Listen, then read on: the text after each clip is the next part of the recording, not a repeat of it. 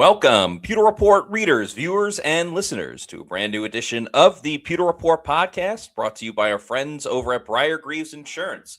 Are you in the need of car insurance or looking to upgrade your car insurance? Well, if you are, there's nobody better in the business to work with than the great people over at Brier Grieves Insurance. They can obviously help you with auto insurance, but also are great with homeowners, flood, boaters, and business insurance as well. For more information about them, visit their website, briergrievesinsurance.com, or you can give them a call at 813-876-4166. That's 813-876-4166. It is a Wednesday edition of the Pewter Report podcast, and we got a couple of things to get into on today's show. Of course, the main topic is, can the Bucs win without Mike Evans? Because there is a reality where Mike Evans is still playing in the NFL, but it's not with the Tampa Bay Buccaneers. So we'll see if the offense can do enough with the rest of that wide receiver room. There was also a signing made by the Bucs in the QB room that we will discuss a little bit, and some big news with an edge rusher that particularly wants to come to Tampa Bay, allegedly. So a lot of stuff to get into on today's show. I'm your host, Matt Matera. Joined with me is my colleague and co-host of the Pewter Report podcast, SR, Scott Reynolds. What's up, Scott? How we doing? We're live now. I thought I was recording a Pewter Polls video, but apparently I was live about 10 minutes ago. So what happens when you get old and you hit the wrong buttons, you just you mess up. So here we go, though. This is the live show. Thank you all for joining us. And if you watch my Pewter Polls video, appreciate that. But I'm actually recording it again for you to watch, and you can rewatch it at your leisure in just a little bit. So, but yeah, so we're, yes, I was live. We're going to do it live. That's the old Bill O'Reilly thing. We're just doing live.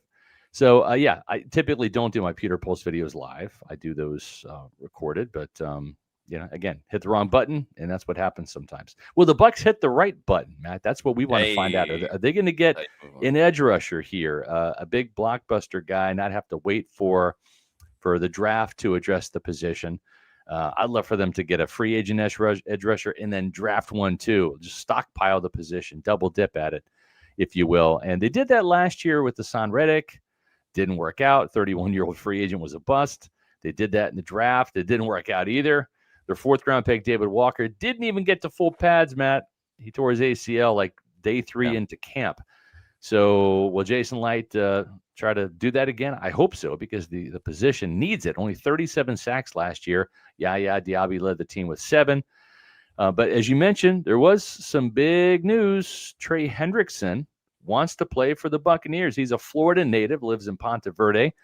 And as Adam Schefter said, he's interested in playing for the Bucs. He played at Florida Atlantic. I love the guy. We were talking about him last year as maybe a guy that the Bucs could trade for, but now they can get him without having to give up a draft pick, Matt. He's set to hit free agency with the Bengals not using the franchise tag on him. Yeah, it's so funny how things maybe not necessarily come full circle, but how much things can differentiate in a year. Because last season, all the talk in the offseason was Trey Hendrickson. The Bucs got to trade for Trey Hendrickson. We had Bucs battle plans where a lot of people traded for Trey Hendrickson, but the price was just way too rich for Tampa Bay. So the Bengals held on to Trey Hendrickson. The Bucs ended up going the Hassan Reddick route. But fast forward to this offseason, the Bengals are not going to give the franchise tag to Hendrickson, so he becomes a free agent. He's coming off of a down year where he only ended up playing in 7 games on the season because of a hip injury. Eventually, he went on injured reserve and got surgery for it. But this all comes from the Part of My Take podcast. I'm a huge fan of Part of My Take. Congrats on them. They just had 10 years together on the podcast. Super, super popular. They had Adam Schefter on the show. They have him on every year around the combine. And we also got to give a tip of the cap and a shout out to our friend Stephen Che, Bucs super fan. He's been on the Pewter Report podcast before. They brought Stephen Che with the Part of My Take crew to Indianapolis. So it was actually Stephen Che that brought up Trey Hendrickson to Adam Schefter, just saying, what about Trey Hendrickson? Yeah. And Schefter's exact comments were, I think that he would love to be in Tampa. He lives in Ponte Verde. I don't think the Jaguars have the requisite cap room for him. Tampa would be a great fit. I think in a perfect world, Trey would like to stay in Florida, no state income tax, but he's also open to going to the best possible situation.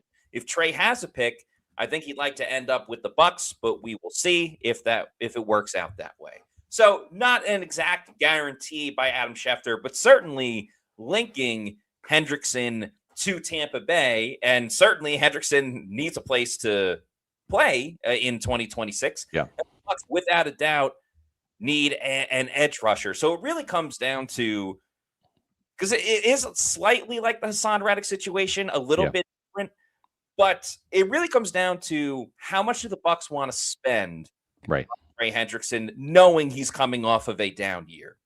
Yeah. And I think one of the things that helps with Trey Hendrickson is he's kind of made the first move, right? I mean, free agency, there's some gamesmanship here, right? You want to, obviously, if you're the team, you want to get the player for the lowest price possible, right? You want to avoid the bidding war if at all possible. So with him coming out, and this isn't him saying it, but kind of a surrogate, right? Adam Schefter, he's not getting that information from nowhere. He's getting it from talking to either Trey Hendrickson or the agent.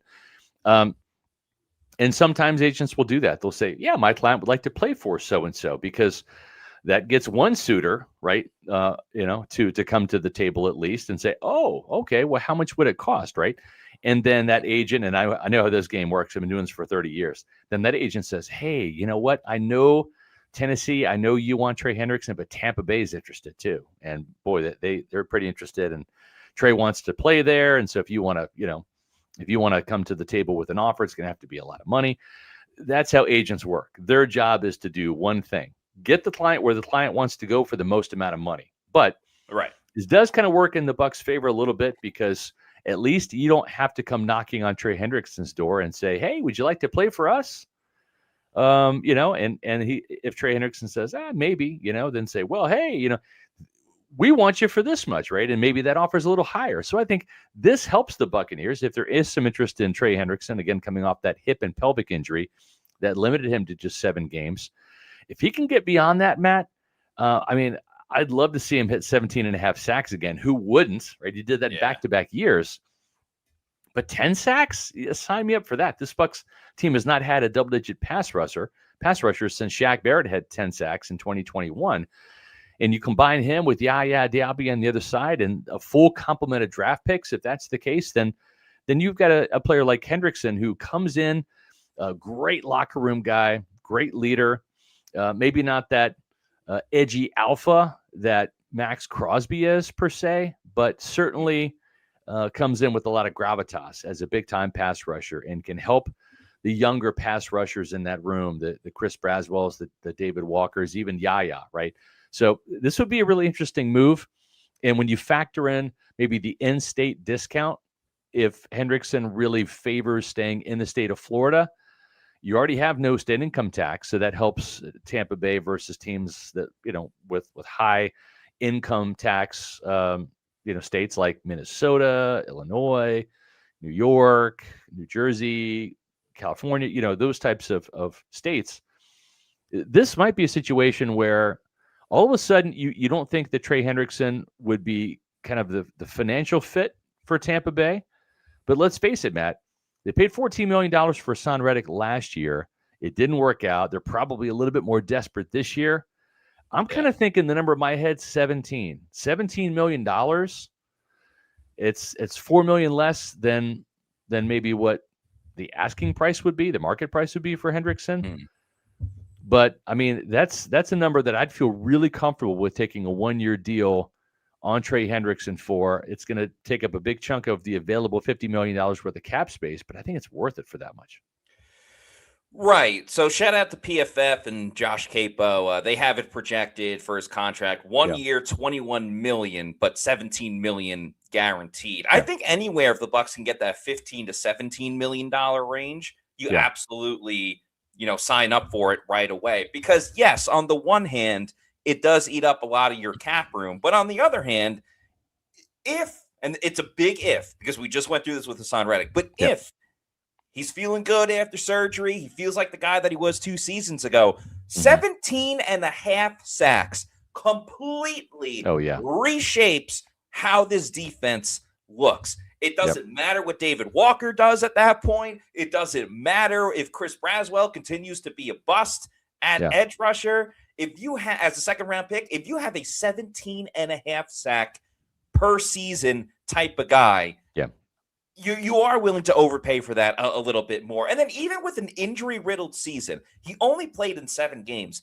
He still got 4 sacks in those 7 games. So it's pretty much every other game he was able to get a sack while playing with essentially that's like twice as many sacks as Hassan Reddick had the whole season. Exactly. So that's proof that the consistent pressure is still there. And might I add, the Bengals defense is dog squat terrible. And not because of Trey Hendrickson. Everything else around Trey Hendrickson was horrible. You still have talent on the Bucs side, even though it hasn't worked out the last 2 years. The age is one thing, but if it's a 1-year deal, fine. I sign up for it. It's when it becomes like a 3-year deal where I tend to get a little bit hesitant. And the biggest differentiator of this all compared to last year and this year, we kind of already said it, but no draft picks you have to give up. The key is you're not giving up a first. Can you imagine if the Bucs traded a first-round pick for Trey Hendrickson? And then a year later, it turns out you could have got him. That was one where it was good that the Bucs did not pull the trigger, because sometimes you got to be a little bit patient, and then you can get your guy. I did a Pewter Pulse video a couple of weeks ago on Trey Hendrickson, kind of a buyer beware situation with him, and to me that it's still concerning, right? I've just seen it too many times between 30 and 32, that range right there for really dominant pass rushers, especially in Tampa Bay, has not been kind, right? You think back to Simeon Rice. He was 31. I believe he had the shoulder injury, and that was 2006. And he was cut the first day of training camp when he failed his physical in 2007. The production and his career was just done, right? Went to Indy, I think had a sack or 2, but he was pretty much done. Shaq Barrett started that season in 2022 with some slower production, then tore the Achilles, was never the same player, right? At age 31 when he came back. Same thing with Jason Pierre-Paul, right? Helped the Bucs win a Super Bowl, started off the 2021 season, injured his shoulder, had like a torn labrum, and was ineffective for most of the year, and the team moved on from him with Joe Tryon-Shoyinka in the fold already. And he didn't do much in Baltimore or the couple other stops he made too. So, I mean, like that's 3 guys. Then you look at Hassan Reddick. This team hoped and expected that getting Hassan Reddick out of New York would get him back to being the double-digit sacker that he was in Philadelphia. And for the 4 seasons, prior to his time with the Jets, because he had a double-digit sack season in Arizona, then 1 in Carolina, and then 2 with the Eagles. Turns out, age 31, that was the kryptonite for Hassan Reddick. He just lost his step, lost the juice and all that. So, yeah, there is a buyer beware here with Trey Hendrickson. Definitely. Okay? I mean, there is. And that's why I said that in that previous Pewter Pulse video. Not the one I just did live, but the one I did a couple weeks ago. I love Hendrickson. I do. But it's not a slam dunk. And coming off of a serious injury like this where he missed, half the season, I think 10 games with hip and pelvic surgery, that scares me a little bit. Maybe he has a clean bill of health now. Maybe he'll be ready for training camp. I don't know the particulars, but again, he's 31. He'll be 32 in December. That's historically an age where a lot of elite edge rushers start getting hurt, which impacts their production. And then even if they're not hurt, like Hassan Reddick was healthy for most of the year outside of that ankle injury he suffered in Detroit, just lost the step, lost the juice. And so I wouldn't mind seeing it. Don't get me wrong. I just put out that buyer beware thing because this is not necessarily the 17.5 sack guy from 2 years ago with the clean bill of health and all that. There is an injury to consider. There's an age to consider. I would be in favor of it because I love me some Trey Hendrickson, but I would also have a little bit of concern too. Yeah, here's the thing. If I'm Jason Light and the Bucs front office, I'm giving Trey Hendrickson a call and his agent a call. But absolutely. Maybe not the first day of legal tampering. Yeah. Because it is a tightrope. Every team wants an edge rusher. There's no question about it. But I think there is a tightrope to walk as well. Because let's also remember the Bucs are going to be drafting an edge rusher Yep. in this year's draft. So it's not just all the eggs are going to be in the basket of Trey Hendrickson. Right. But right now he's projected at that 17 million, 21 million, or 17 guaranteed, 21 million. Yep. The more this free agency goes on, the more that number is going to drop, in my opinion, unless a team tries and signs him right away. And I just don't necessarily see that happening. So you kind of want to play the patience game a little bit more. Now, another team could jump in and say, no, we're going to give you 21 million. That's fine. But if I'm the Bucs, I'm seeing how much you can drive that price down. And then you lean on the, hey, 10 million in Tampa goes a much longer way than 10 million playing for the Jets, or, insert whatever team you want to mention. Right. Hey, 8 million in I'm seeing if you can get this below 10 million, because we can look at all the highs of what Trey Hendrickson has done. But as we saw with Hassan Reddick, you can't just expect all this greatness. You kind of got to be prepared for the leveling out, or even below leveling out, and that part of it. So Trey Hendrickson for 10 million or less, obviously wanted to play well, but if he doesn't, then it's kind of the Hassan Reddick situation all over again. Sign me up for that. I would be shocked if he doesn't get at least $15 million, right? Just because of his name, and there's going to be a team that's going to take a flyer on him for that. But maybe you put into those situations where you get per game bonuses for every game that you play in, right? So that way you have some safeguards there, where if halfway through the season he has another injury, or he has that injury again, it's not going to absolutely wreck your pocketbook there. But yeah, I mean, the beauty of getting Trey Hendrickson is you keep all of your draft picks. That's something that's definitely has some plus to it. The injury and how much money it is, that's the risk part of it. But there's another name too that is going to become available, and that's Jonathan Greenard from the Minnesota Vikings. This is a player that is due to make about $19 million in cash this year. He's going to hit the Vikings for $22 million. This is kind of a salary cap move. They still like him. His first year, he had 12 sacks in 2024, and he was coming off of a 12.5 sack season for Houston. So he's got the proven production. He can do it. 29 years old, same age as Max Crosby, but did have some decline in the sack numbers. He could be had for a day 3 pick this year. I'm sorry, a day 2 pick. And I think a third round would probably get the job done, especially if you're Tampa Bay picking in the middle of the third round. There might be a team that wants to invest a second round pick in Jonathan Greenard. But the interesting thing is there's a lot of edge rushers in this year's draft class. And sometimes that by itself lowers the trade market for players like Greenard and maybe even Max Crosby, because we don't necessarily need Greenard. I'll spend that second round pick on a younger edge rusher, right? That might be the plan for some of these teams like Tampa Bay. But this is another player that if you acquire him in a trade, you do get a proven pass rusher, right? Just like you would with Trey Hendrickson. Proven producer, but at the same time, Matt, get to keep your first round pick. And maybe even your second if you only have to give up a third rounder for Jonathan Greenard. Yeah, I think the appeal there more than anything else is not as much draft capital and less expensive than Max Crosby as well. Definitely something Tampa Bay would need to explore. Yeah. I'm not as in love with this one, and I'm not exactly sure why. I think it is kind of the decline in the production and everything like that. But you know what? Yeah.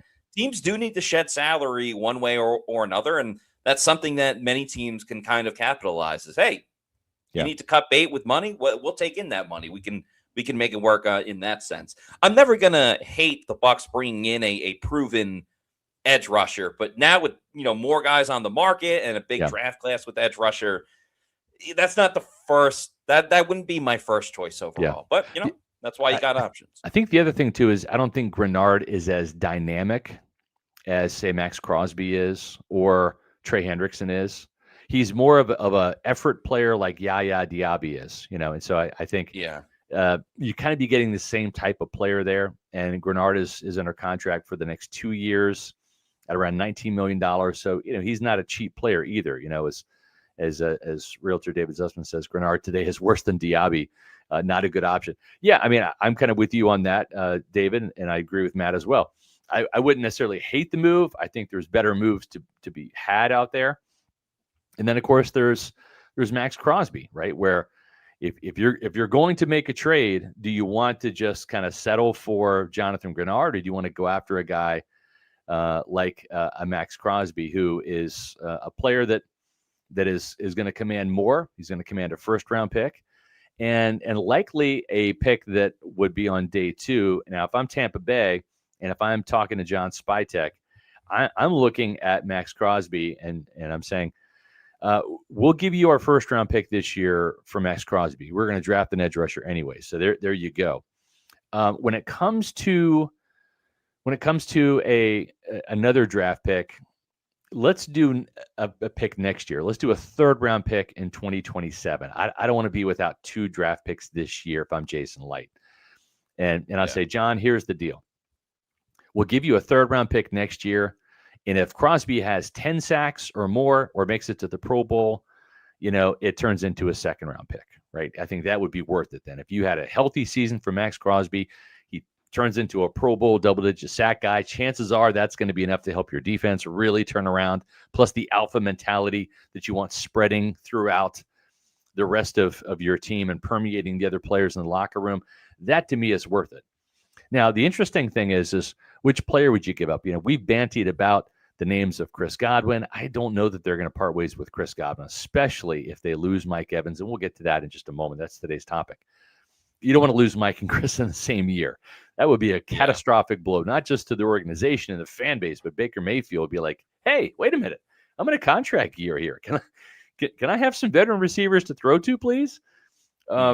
But the thing is it's been floated out there. Luke Gedeke, I don't think Jason Light would touch any offensive lineman in a trade, especially when Gedeke and Tristan Wirfs missed time last year due to injury. Now he's high on Ben Chakuma. Ben Chakuma's played in 2 NFL games. I think that's a risky move to trade Luke Gedeke and start Ben Chakuma, because then what happens when Wirfs gets hurt or Chakuma? Who's your swing tackle? Charlie Heck again? Then all of a sudden it's like Groundhog Day. It's the offensive line reshuffling all over again. I think Light wants to avoid that. I think the player that might be offered would be Yaya Diaby, because he would be a player that would certainly help the Raiders because they get a young pass rusher. John Spytek helps draft him. And, you can't really afford 2 premium pass rushers if you're the Blazers and Jason Light and Mike Greenberg, because Matt, he's going to be making somewhere between $20 to $24 million a year next year, because this is his contract year. If you traded for Crosby, you're going to have a $30 million pass rusher on your books, in addition to having to pay Yaya Diaby $20 million. I don't see them having $50 million for 2 edge rushers. So I think Diaby might be the guy that you give up to get an alpha in Max Crosby. Yeah, I'm hesitant on trading Gedeke just because, once you have a good offensive line or great offensive line, you really don't want to let that go for, nefarious reasons, like trading for an edge for a player not even on that same side of the football. I love Yaya Diaby, the person. I would have no problem trading Yaya Diaby if it were to get Max Crosby or another premium pass rusher. I just think with Yaya, I love the effort. Never gives up. He's all hustle all the time. I just feel like when he gets 7 sacks, 7.5 sacks, I don't know how much more he can go. Maybe he can get a 10-sack season, but I think that's more benefiting from, some other players. So I think it's much easier to replace Yaya than to find that premier edge rusher in the first place. Again, with the understanding that you're drafting an edge rusher, and you do have David Walker coming back, because then you would have Crosby, and then who knows who's going to be your first edge rusher that you're drafting. But that could presumably be a starter right away, or you have David Walker ready to go. Or if these players need a little bit more time to develop, you can throw Anthony Nelson in there to begin the season until they kind of get their feet wet a little bit more, because once you have that top guy, everything else is, I don't want to say champagne problems, but it's certainly way less of a headache to worry about. No, you're right. You're absolutely right. And we're going to get to today's topic about Mike Evans. I've had some conversations with Derek Gilmore. We'll get into that in a second, but we have some super chats lining up, Matt. So let's cut right to the front of the line here with these folks and get them the questions get them the answers to the questions that they propose. For sure. And some of this is about Mike Evans anyway, Yep. so kind of goes hand in hand. But we'll start with Kings Are Awful. Thank you for the $2 super chat. Says, they better do something to placate losing 13, meaning Mike Evans. Yeah. Yeah.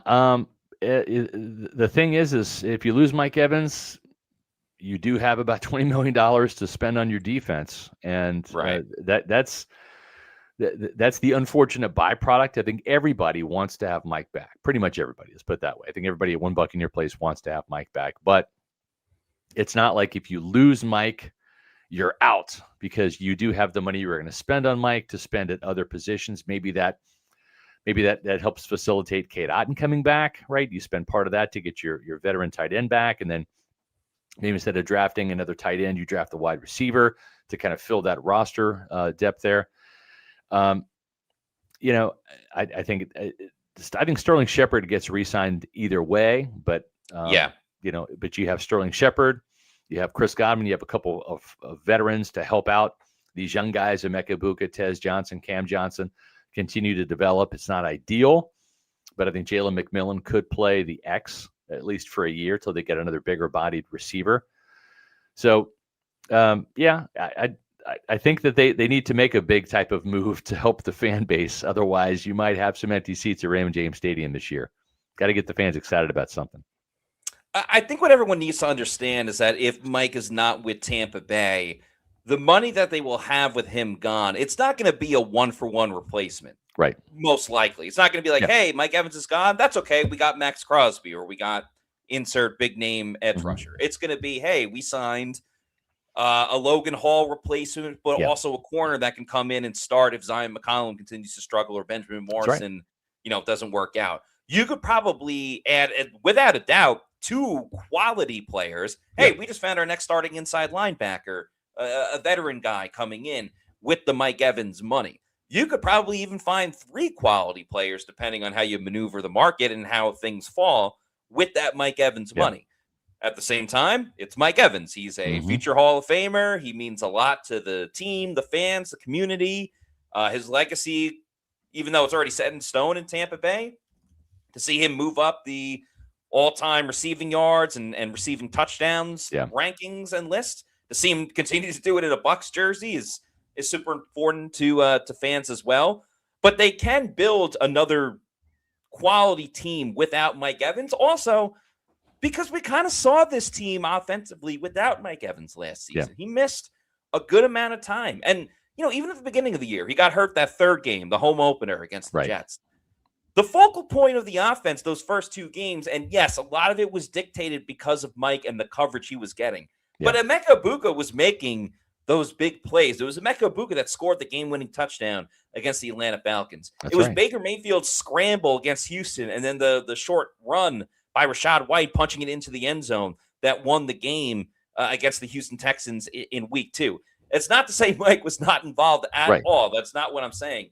But we saw Emeka Egbuka dominate against the Seattle Seahawks. Jalen McMillan came back and looked really good. There's other talent on this team that you're not going to replace Mike Evans, but you can still put up a lot of points and score between Zach Robinson dialing up things for the other talent on this team. Yeah, and I will say that and I tweeted this out earlier on X. Derek Gilmore did tell me that Zach Robinson has reached out to Mike Evans, and so there has been that sales pitch that's done already about how Mike Evans would fit in his scheme. So they have had some conversations, and that's one thing that Derek Gilmore said is they're going to be looking at offensive coordinators around the league, quarterbacks around the league, trying to find that fit for Mike. And I'm sure that Zach Robinson said, hey, we had this guy named Drake London, built kind of like you, not as good as you, but 6'4", 215-pound receiver, big bodied X who also saw time in the slot as a big slot. And he had, he averaged about 1,100 yards in each of those 2 seasons. He missed 5 games last year due to a knee injury. Otherwise, he would have had well over 1,000 yards. He finished with just over 900, missing 5 games. So at least that sales pitch has taken place with the new offensive coordinator. And I think that is something Mike needed to hear, exactly how he was going to be used. And then it comes down to, okay, well, that sounds good. That sounds like a good plan. But Chris Godwin makes $22 million. This team has to get the value out of Chris in terms of feeding him the ball as well. And we did see in 2024 in Liam Cohen's offense, that Rams-based attack, we saw Chris Godwin be the focal point of that offense with that torrid start before he had that unfortunate broken ankle against the Ravens on Monday night. So I wonder if that's in the back of Mike's mind saying, yeah, I had a lot of touchdowns, but I didn't have a lot of yards or catches to start that season. And it was a race for me to get that 1,000 yards, even though I missed 3 games.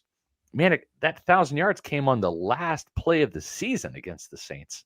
And that was without Chris. Now there's Emeka Ibuka. Now there's Tez Johnson, Sterling Shepard, right? Jalen McMillan. So there's a lot of mouths to feed. And as much as they would love to feature Mike, there have been times, Matt, where we've asked Dave Canales, did you forget about Mike last week? We've asked Liam Cohen, why is Mike not getting the targets? And it's kind of been the case at different points of the season where Mike has kind of been the forgotten guy. And I don't know that he wants to be the forgotten guy. I don't think he wants to be just a complimentary piece on an offense now. I think he wants to be the focal point. And if he can continue to play at a high level like he showed against the Falcons on Thursday night, I don't blame him. It's a weird setting, but it almost feels like the only way to best entice Mike to come back to Tampa, and he's good friends with them, but it would be to trade Chris Godwin Jr. Yeah. Therefore, the Bucs get his money off the books, and you can use that $22 million guaranteed for Godwin and use that on Mike, and then it also eliminates the idea of like that's one less target for a top receiver that can go to Mike instead. Yeah. But again, Mike and Chris are really good friends, so you're trading one of his great friends to ensure that Mike's on the team. So I'm not saying that's going to happen, but that seems like kind of one of the few scenarios where you could get Mike back you'd still have that money to kind of build other parts of the team as well. Yeah. But moving on, the Delaney, thanks for the $4.99, says, Scott, how does Jason Light truly feel about Todd Bowles? It seems like a situation where it's a supervisor-employee relationship.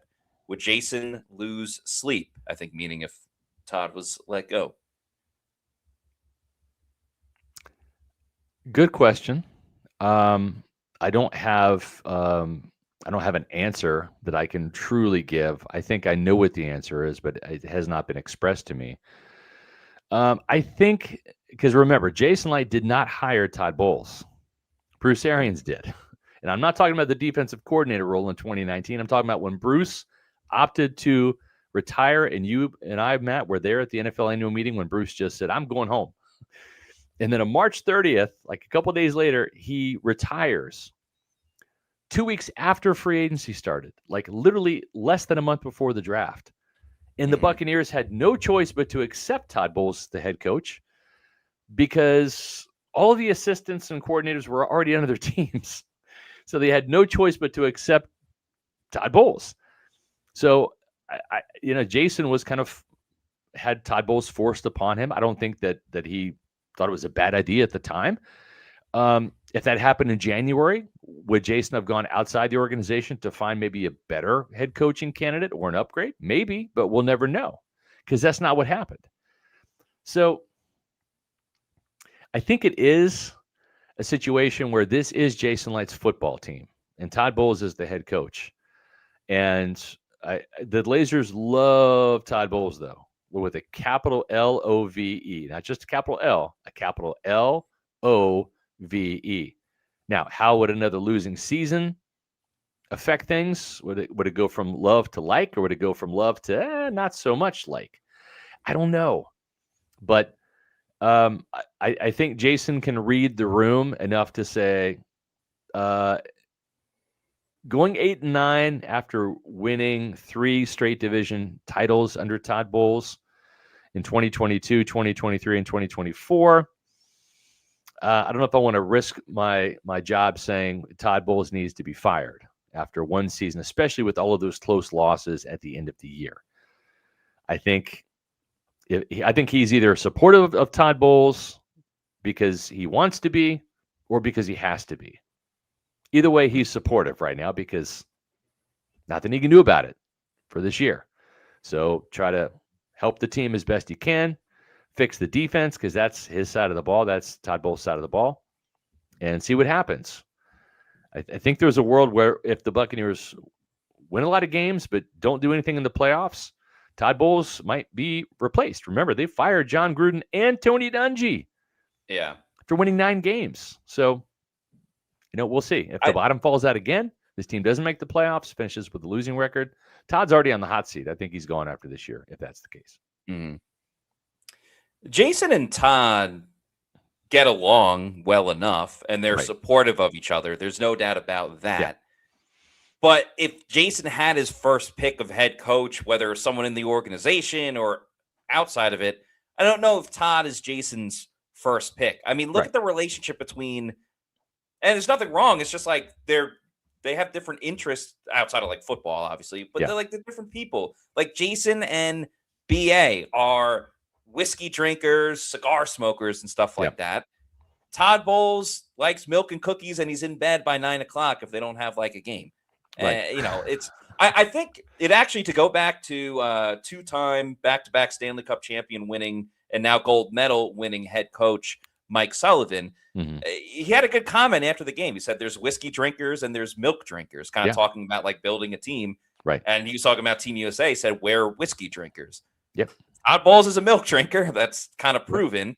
Jason Light's more of a whiskey drinker. Doesn't mean that they can't work together. Yeah. But I don't know if Todd would be Jason's first choice. They can win games together. There's no doubt about it. I think you nailed it, Matt. The other thing I'll add too is, and I want to be careful how I say this, I think Jason has some control over Todd. I think Todd is a subservient head coach where, Jason, I'm relying on you to get the players that I need, right? And I want you to collaborate with me, but I trust your judgment, and I'll have my say in which defensive guys I like, and we'll collaborate on this. Whereas, like, if you put John Gruden and Jason Light together, it would only be a matter of time before John Gruden would be like, Jason, man, come on, man. I need these players, man. We're going to get these guys, right? You're going to draft my guys, right, Jason? I think Jason likes the fact there's not a power struggle. He didn't have a power struggle with Dirk, didn't have a power struggle with BA, didn't have a power struggle with Todd. I think Jason likes it that way. And it's hard to argue with the draft success that he's had. He's built a Super Bowl winning roster. He's attracted Tom Brady to Tampa. He's done a lot of good things. If I'm Jason Light, I'm trusting me too. Rather than having a power-hungry head coach come in where it's, I want to run the show, and I'll tell my GM which players I want. Yeah, for sure. Speaking of Dirk Cutter, Travis Murray with a $5 super chat says, I live in Idaho. That's the Dirk Cutter connection. Yep. It's hard to catch you live. Glad I did today. Appreciate you guys. That's awesome, Travis. Thanks for joining us this afternoon. So happy that you could be with us this afternoon. So appreciate you. Thanks for the super chat. Good. And also thanks for being a Pewter Report TV channel member. And what we're going to do right now, Matt, as you go to this next question or comment, is we're going to recognize our Pewter Platinum members across the bottom of the screen. Thank you all very much for your support. Take it away, Matt. Yes, thank you so much. Pewter Insider on Friday at 1:30. Yep. What's Buckin' has now been a Pewter Report YouTube channel member for 13 months. So a year and 1 month. That is so cool to see. Thank you so much. They say, when Bowles was saying we need to get bigger on defense, I immediately thought of Antoine Winfield Jr.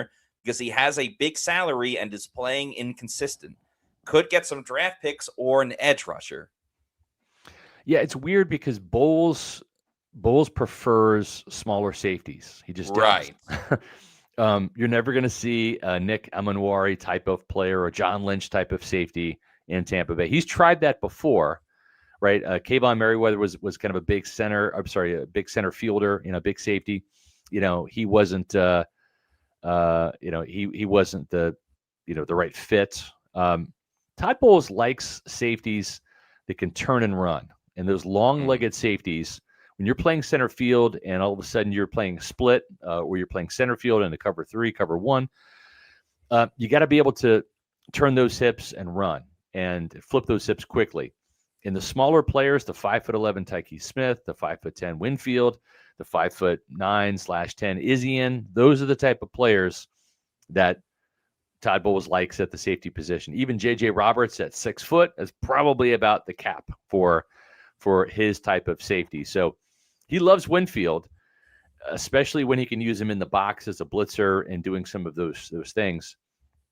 I don't think he would want to get rid of Antoine Winfield Jr. He views him as a chess piece. I think when he's looking at getting bigger, I think the guy he was talking about is like Hassan Reddick. I don't think he wants another 240-pound edge rusher on a down-in, down-out basis. And that's why you look at someone like Trey Hendrickson, 265 pounds. You look at 260-pound Max Crosby. Those are bigger guys by like 20, 25 pounds over Hassan Reddick. I think maybe he wants a little bit more size at inside linebacker too. Maybe some more size at defensive tackle. We talked on yesterday's program about his team has drafted Logan Hall, 265-pound edge rusher. They tried to make him a defensive tackle. It took him 4 years to put on the weight to get close to 300 pounds. Same thing with Elijah Roberts, an edge rusher who, they're trying to make into a defensive tackle. I don't know, just draft some defensive tackles, draft some big 315-pound dudes like Daryl Jackson or Lee Hunter. Like those are, I think, what maybe Todd Bowles and Jason Light need to lean into, trying to manufacture defensive tackles and put weight on guys. Just draft defensive tackles. Yeah, I don't think Todd was talking about the secondary at all when it came to like the whole size thing. It was definitely D tackles, edges, and inside linebacker as well. But we'll see with Winfield, because if he doesn't kind of, step up into form this season, I think those concerns will grow a little bit. I agree. More. Yep. Thanks to Big Burr for this $5 super chat. It says, biggest misstep was signing Godwin last year. No comp pick, barely played, and now that cap allocation at wide receiver is making it harder to bring Evans back. Yeah. I think with Chris Godwin Jr., this is one of those where if Jason Light could see how it would have played out, he would have liked to use a mulligan on that one. It is tough in the moment, though, because you can look at it two ways. One, it's been proven before that Chris Godwin Jr. has come back from a very serious injury and then became the Chris Godwin Jr. of old. At the same time, during the signing, you could also say, well, can he really do that twice? Can he come back again a second time? And be the vintage Chris Godwin Jr. as he is getting older? What gets lost in the shuffle, too, is that the injury that he had during the season after he came back was different than his ankle injury. It was an ankle injury that, cost him most of last season and the first couple games of this most recent season. Then it was a fibula injury that kept him out for a while. It's tough to forecast that he's just going to have a random injury in the season. But if you look at the big picture, it's a little bit of buyer's remorse right now. Yeah, it is. And the thing too is this, as John B23 says, problem is he's marring AWJ with a strictly box safety, marrying him, I think is what he's saying. AWJ is best moving around, not just playing center field 24/7. Yeah, he's better in the box, but the problem is Tyke Smith is also better in the box. Yeah, and Tyke is not the prolific blitzer that Antoine Winfield Jr. is. So the problem is when one of those guys is back playing center field, you're losing a dynamic presence in the box with one of them, right? So I agree. It's a big season for Antoine Winfield Jr. He's sneaking up there in age. I want to say he turns 29 this year. I mean, time flies, right? But he needs to produce. Godwin needs to produce. These are some players that were paid big money, and they need to produce. I agree with you, Matt. I think if Jason Light could do it all over again with a crystal ball, he would say, I'm going to let Chris go to New England for $26 million a year. We'll take the third-round compensatory pick this year. Yeah. And, it probably in hindsight would have been better. But again, like you mentioned, they're betting on Chris Godwin to come back from that injury. And remember, this is a sentimental thing too. And sometimes Jason Light probably gets too sentimental. Sometimes you got to make business decisions and let guys go. And Chris Godwin coming back from a knee injury, a big-time knee injury at age 26, different coming back at age 29 from that devastating ankle injury, right? And Godwin, great player, number 2 receiver all time in franchise history. It's hard to say, no, we don't want you back, goodbye, and all that. But, I remember Bruce Allen once told me, and I know he was not the best general manager in Tampa Bay history, but he learned from from Bill Walsh, the Hall of Fame legendary head coach for the 49ers. Bill Walsh told Bruce Allen, who told me, it's better to get rid of an aging player a year early than a year late. Yeah.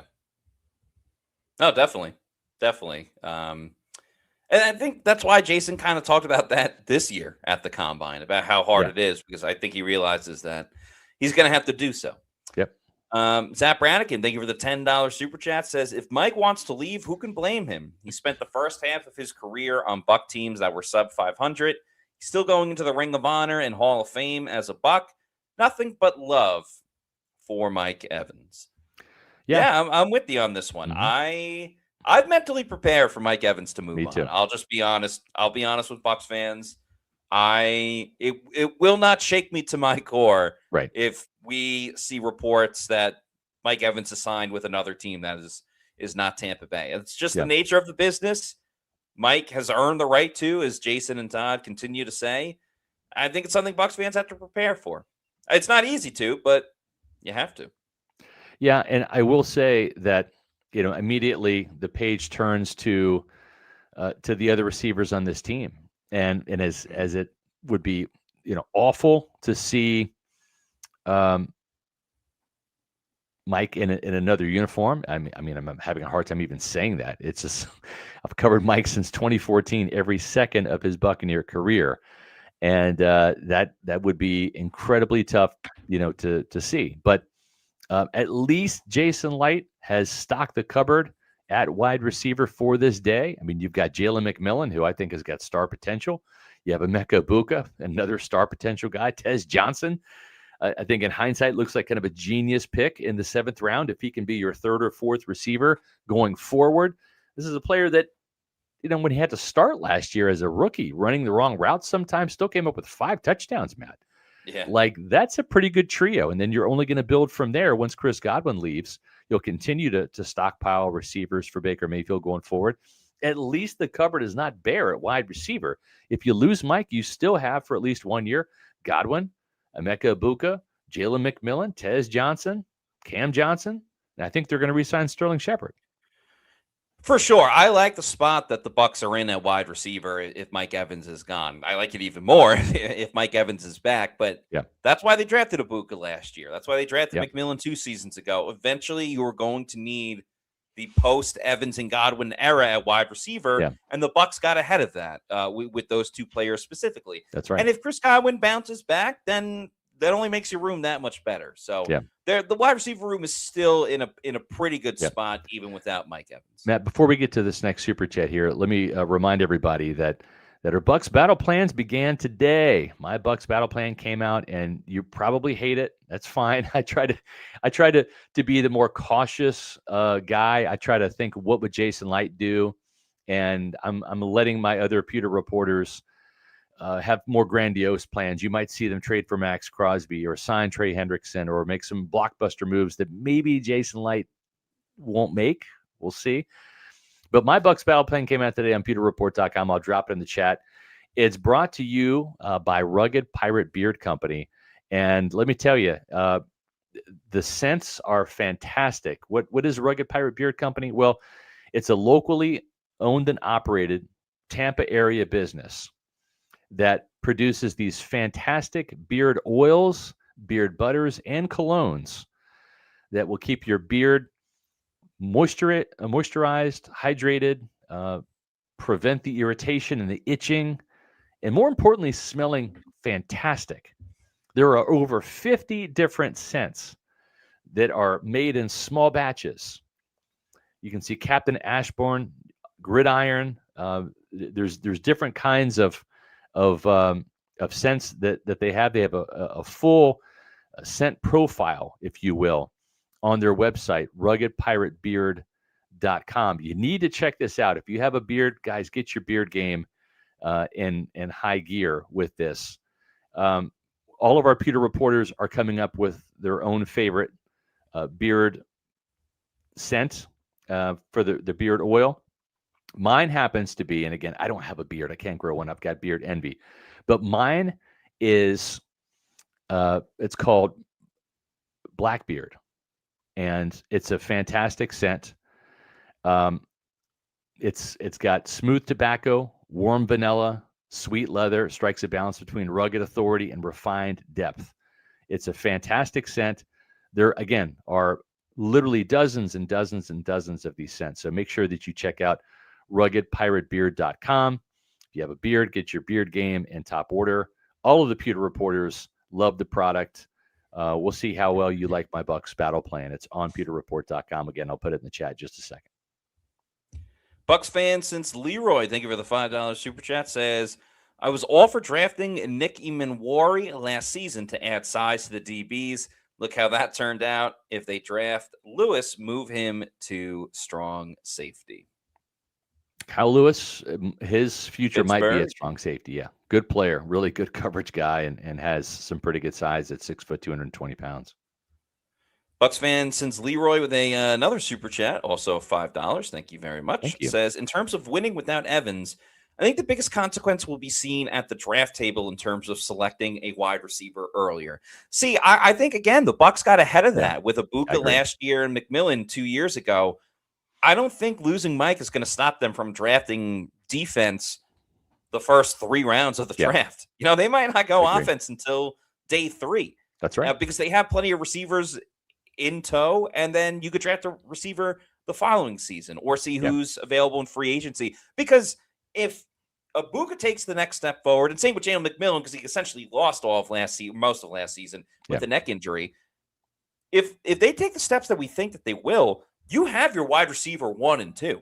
Then you're just trying to find the other depth around them. So that's why I don't think that they would take a receiver earlier, especially with all the other needs they need on defense. I agree. And remember, they only drafted one, or they only talked to one receiver with the formal interview at the combine. It was Ted Hurst out of Georgia State. And he's probably a day 3 pick, a 4th rounder.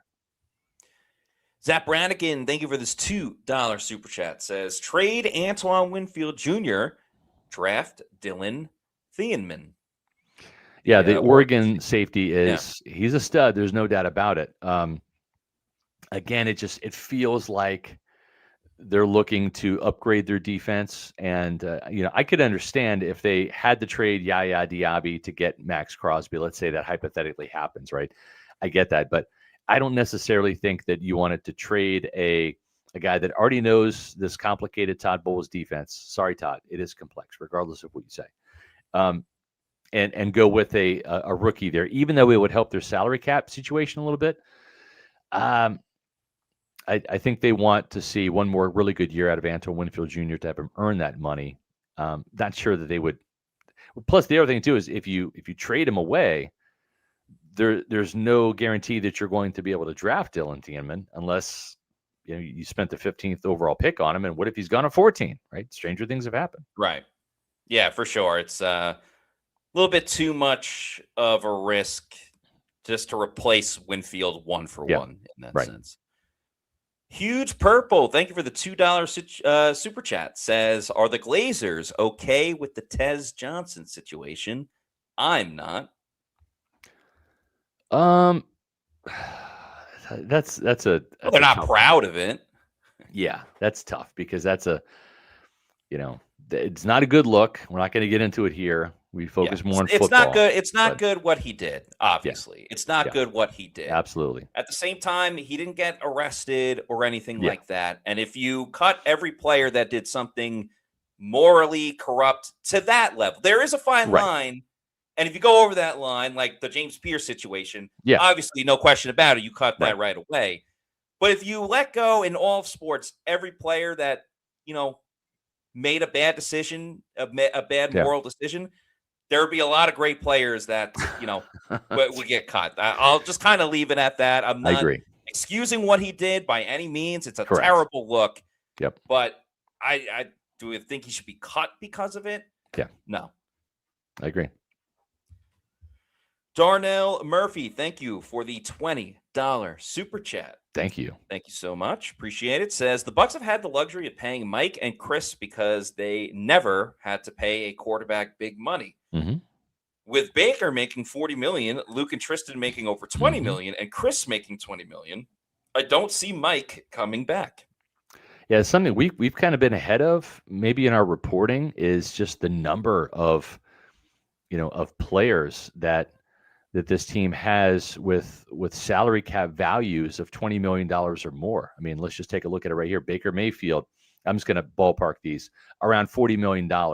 Tristan Wirfs this year, 36.3. Godwin, 33.6. Winfield, 27.5.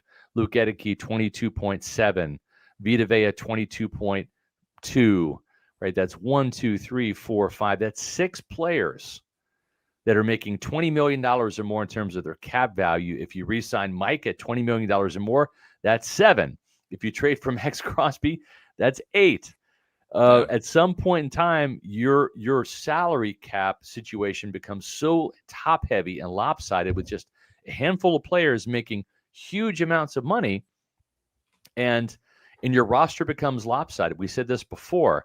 The Seattle Seahawks had 2 players, that had $20 million plus salary cap values last year, and they won a Super Bowl. So at some point in time, these players got to start earning how much they make. Otherwise, you have to start shedding them and going with this. This is why Matt said what he said was correct. Big year for Antoine Winfield Jr. Big year for Chris Godwin. The bigger the paycheck, the bigger the production has to be. Otherwise, it's time to move on. And so it's great when you make all the money, but ask Jamel Dean, ask Carlton Davis. It also puts a target on your back. You don't perform, you don't stay healthy, not going to last with the Buccaneers too long.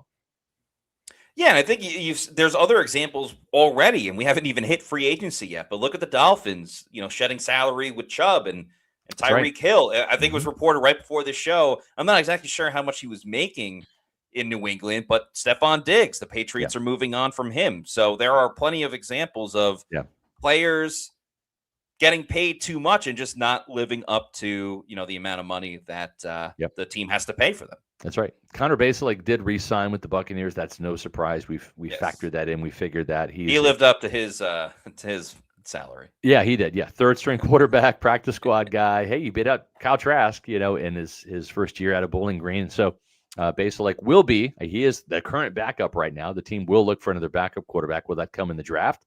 They met with Drew Allar from Penn State, and our own Adam Slavon had a story on pewterreport.com about that earlier today. Make sure you check that out on pewterreport.com. Folks, make sure you visit pewterreport.com on the regular, because we have all of the free agency news that you're going to want to read, plus the Bucs battle plans. We talked about that. Who's up tomorrow, Matt? Is it Adam? Is he up tomorrow?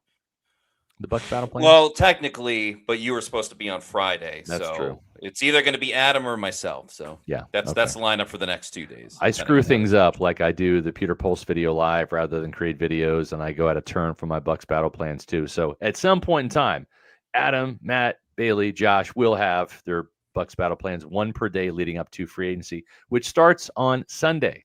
Keep in mind, there could be some news coming down. We'll have emergency podcasts as needed, whether it's a trade that might happen or may not happen, but we'll see.